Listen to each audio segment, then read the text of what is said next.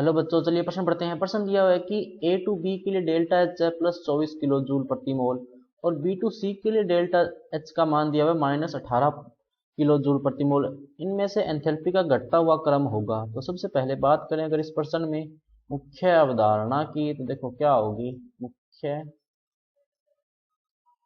अवधारणा जो इस प्रश्न में होगी वो होगी एंथैल्पी का मान किसी भी अभिक्रिया के लिए।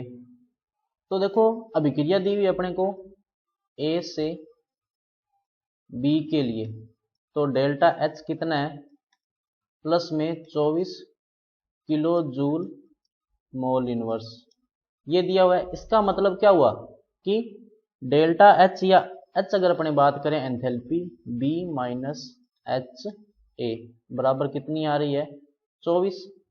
अगर अपने बात करें बी से सी की, तो डेल्टा एच कितना दिया हुआ है अपने को माइनस का 18 किलो जूल मोल इनवर्स।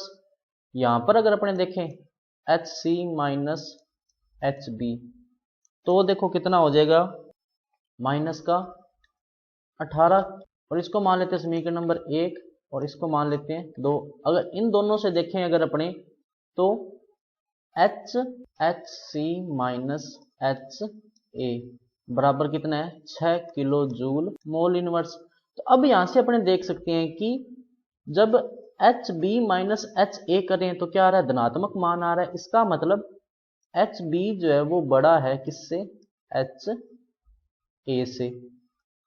अगर H C minus H B कर रहे हैं तो क्या आ रहा है ऋणात्मक आ रहा है। इसका मतलब एच सी जो है वो छोटा है किससे एच बी से।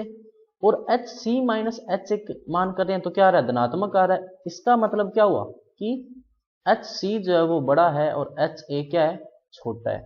तो यहां से देखो क्या निष्कर्ष निकल के आया कि एच बी जो है उसका मान क्या होगा सबसे ज्यादा, उसके बाद में किसका होगा एच सी का, और उसके बाद में किसका होगा एच ए का। तो घटता हुआ क्रम देखो क्या है सबसे ज्यादा किसकी है बी की, फिर सी की, फिर ए की, तो यानी विकल्प नंबर बी। तो बच्चों ये था आपका उत्तर। मैं आशा करता हूं आपको समझ में आया होगा। धन्यवाद।